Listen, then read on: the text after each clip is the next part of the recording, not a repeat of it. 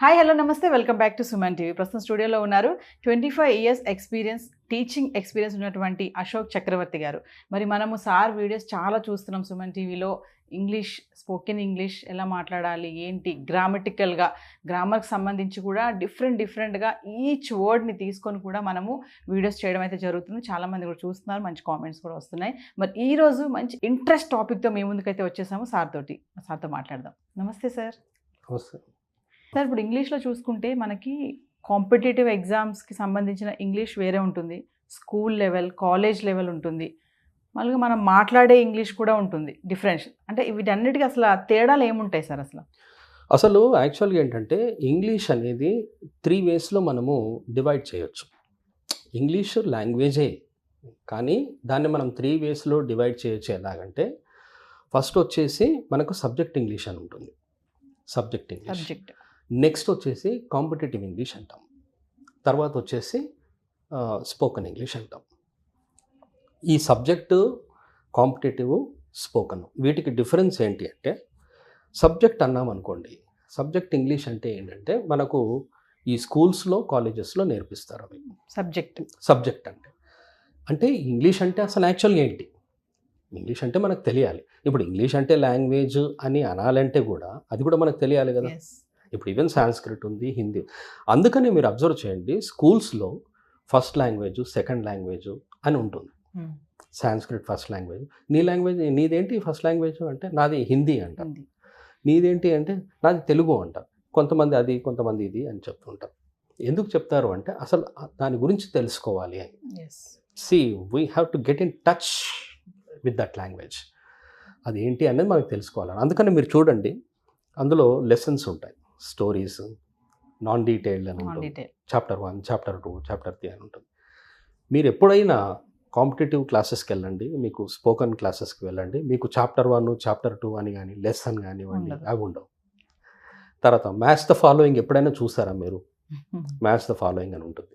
అలాగే fill in the blanks, match the following, opposite words, తర్వాత meanings అంటాము. అయితే ఇవన్నీ ఏంటి అంటే ఇదంతా కూడా మనము సబ్జెక్ట్ ఇంగ్లీష్. మీరు అది కూడా చూడండి. అలాగే ఫామ్ ఫిల్లింగ్ అని ఉంటుంది.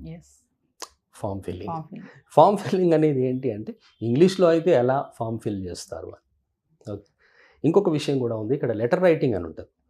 లెటర్ రైటింగ్ కూడా మీకు స్కూల్స్లో, కాలేజెస్లో నేర్పిస్తారు. ఓకే, ఇవన్నీ ఏంటి అంటే మనకు తెలియాలి అని, ఆ లాంగ్వేజ్ గురించి తెలియాలి. అందుకనే మనకు స్కూల్స్లో, కాలేజెస్లో చెప్తారు. ఇక మీరు మరీ గ్రాడ్యుయేషన్ లెవెల్, పీజీ లెవెల్కి వెళ్ళారు అని అంటే అవన్నీ ఆ చిన్నవన్నీ ఏవో ఉండవు. ఇంగ్లీష్ని డెవలప్ చేసుకునే విధంగా వాళ్ళ వేలో వాళ్ళు చెప్తారు. But specially there are institutes where you can attend competitive classes and spoken classes. You can observe that you are attending some competitive classes and they will not teach you spoken English. And when you are attending spoken English classes, they will not teach you competitive classes. Because these are two different things anamata.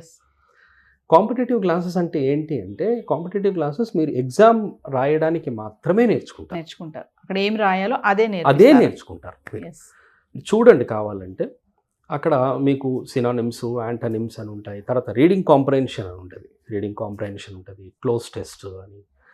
ఇవన్నీ ఎందుకు ఉంటాయి అని అంటే, మీరు ఆ English లాంగ్వేజ్ని అంటే ఇప్పుడు రిటర్న్లో ఉంటాయి ఎక్కువగా. రిటర్న్లో మనము ఎగ్జామ్స్లో ఎలా రాస్తాం, టిక్ కొట్టాలి, అది చేయాలి, అవి చేస్తే మీకు మార్క్స్ వస్తాయి అని అంటారు. ఇందులో రీడింగ్, లిసనింగ్, స్పీకింగ్, మరి రీడింగ్, లిసనింగ్ ఉంటుంది అనమాట ఎక్కువ వరకు. Reading, listening.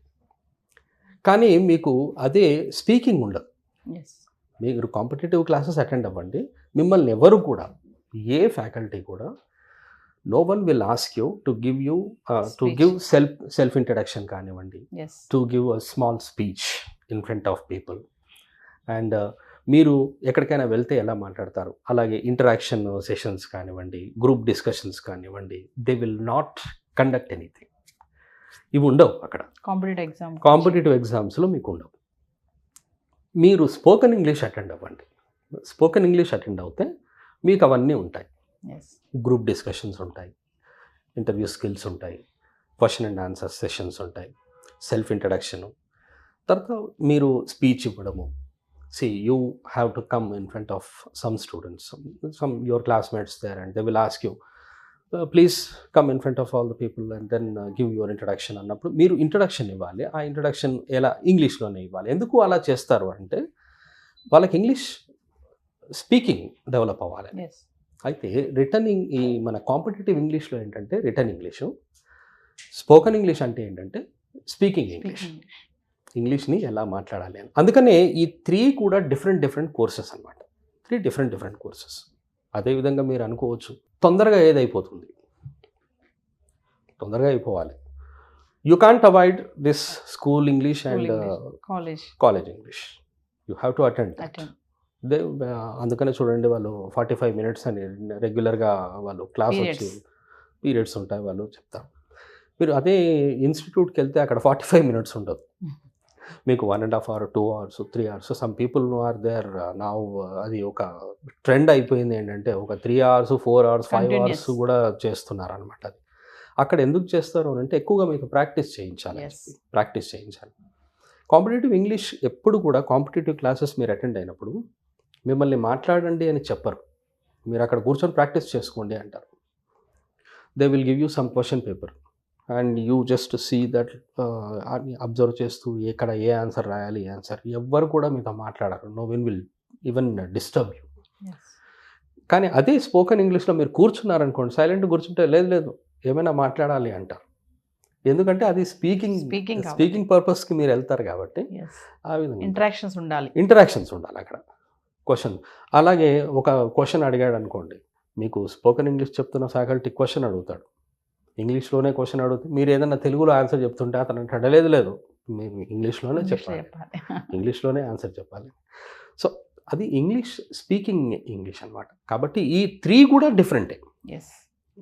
సబ్జెక్ట్ ఇంగ్లీష్ అయితే మనం అవాయిడ్ చేయలేము. కాంపిటేటివ్ ఇంగ్లీష్ వేరు, స్పోకెన్ ఇంగ్లీష్ వేరు. ఎవరైనా ఈ 2 ఒకటే అని అంటే కూడా అది కరెక్ట్ కాదు. ఏదైనా ఒకటే ఇంగ్లీష్ అంటారు కదా సార్. ఏదైతే ఉంది ఏదైనా మీరు అన్నారు స్కూల్ లెవెల్ వేరుంటుంది, కాంపిటేటివ్ వేరు అని చాలా డిఫరెన్స్ చెప్పారు. కొంతమంది అంటారు ఇంగ్లీషే కదా, ఏదైనా ఒకటే కదా అంటారు. ఇంగ్లీష్ ఒకటే అని ఎందుకు అంటారు అంటే ఇంగ్లీష్ లాంగ్వేజే కదా అని అంటారు వాళ్ళు.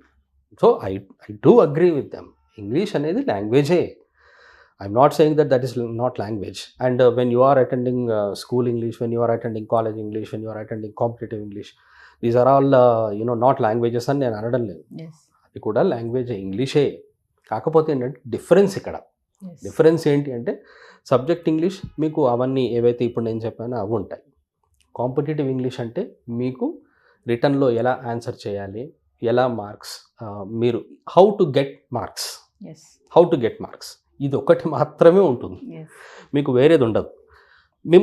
మీరు ఎన్ని రోజులు అటెండ్ అయినా కాంపిటేటివ్ క్లాసెస్ 1 year అటెండ్ అవ్వండి. I'm giving you 1 year time. You go and join one institute where they are teaching you competitive English and you attend there. 1 year మీరు కంటిన్యూగా అటెండ్ అవ్వండి. No one will ask you to speak English మాట్లాడమని చెప్పరు.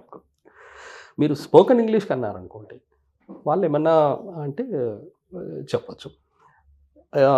ఈ రెండిట్లో ఏంటి అంటే కొంచెం తొందరగా అయిపోయేది, మనం ఎక్కువగా ప్రాక్టీస్ చేయాలి అది అని అనుకుంటే మనము స్పోకెన్ ఇంగ్లీష్ అంటేనే కొంచెం ఈజీగా ఉంటుంది. అంటే సార్ ఇప్పుడు 1 year కోచింగ్కి వెళ్ళినా కాంపిటేటివ్ ఎగ్జామ్ అంటున్నాను నేను. కాంపిటేటివ్ ఎగ్జామ్ పరంగా 1 year కోచింగ్కి వెళ్ళినా మనకి ఇంగ్లీష్ రాదంటారా? ఇక్కడ మీరు చాలా చాలా మంచి క్వశ్చన్ అడిగారు. ఇది చాలామందికి తెలియదు కూడా. My dear friends, Suman TV చూస్తున్న వాళ్ళందరికీ కూడా చెప్తాను ఏంటంటే ఇంగ్లీష్ కాంపిటేటివ్ ఇంగ్లీష్ ఏదైతే ఉందో ఆ కాంపిటేటివ్ ఇంగ్లీష్ అనేది 1 year కాదు, మీరు ఈవెన్ 4-5 years అటెండ్ అయినా కాంపిటేటివ్ ఇంగ్లీష్ రిటర్న్ ఇంగ్లీష్ కంప్లీట్గా రాదు. రిటర్న్ రాదు. స్పోకెన్ అంటే మాత్రం నేను ఇంతకుముందు కూడా చెప్పాను, మన వాళ్ళు చాలామంది ఆ ఇంటరాక్షన్ని చూశారు, చాలామంది లైక్ చేశారు, చాలా మంచి దాన్ని ఒప్పుకున్నారు కూడా. నేను అంటాను ఏంటంటే ఒక లాంగ్వేజ్ నేర్చుకోవడానికి చాలామంది ఏదో కొంత 1 dayలో 1 గంటలో నేర్పిస్తాను అంటారు. అదైతే తప్పది. సో 3 to 6 months ప్రాక్టీస్ చేయాలి. మనం ప్రాక్టీస్ చేస్తే అప్పుడు వస్తుంది.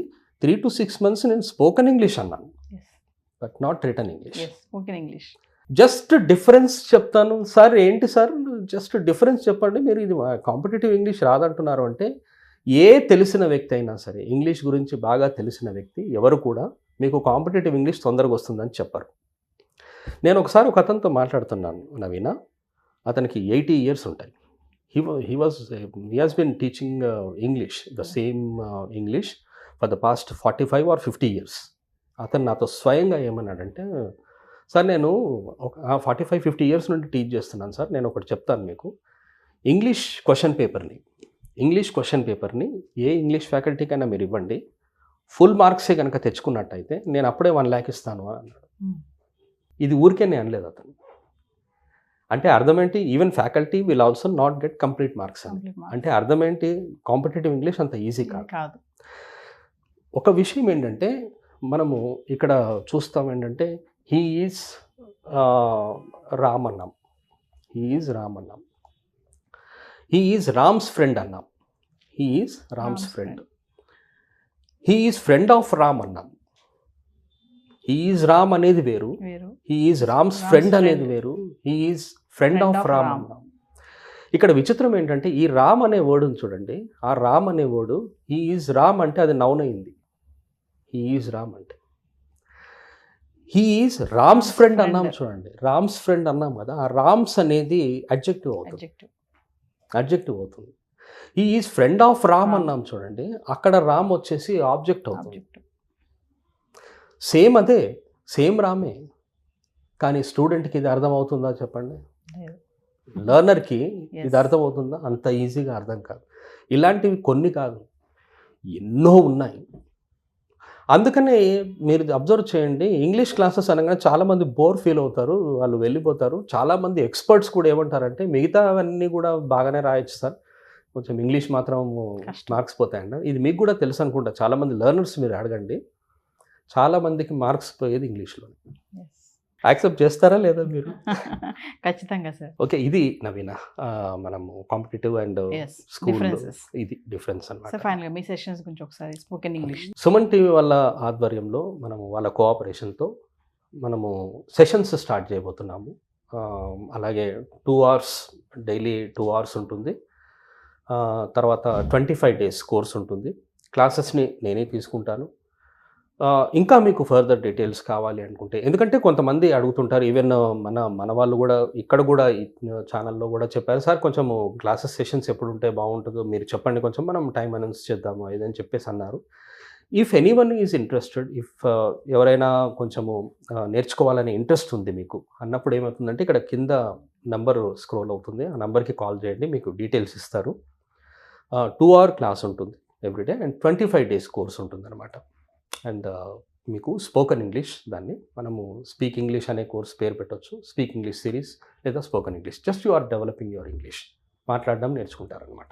అది సార్ సెషన్స్ అయితే సుమన్ టీవీ ద్వారా నిర్వహించబడుతున్నాయి. Spoken English classes daily 2 hours ఉంటుంది, 25 days కోర్స్ ఇది.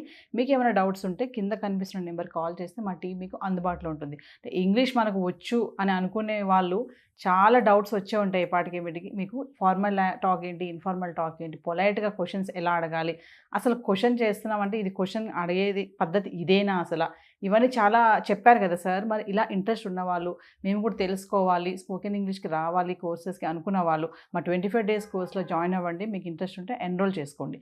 నెంబర్ కనిపిస్తుంది, ఆ నెంబర్కి కాల్ చేస్తే టీం మీకు అందుబాటులో ఉంటుంది. Thank you sir. Thank you.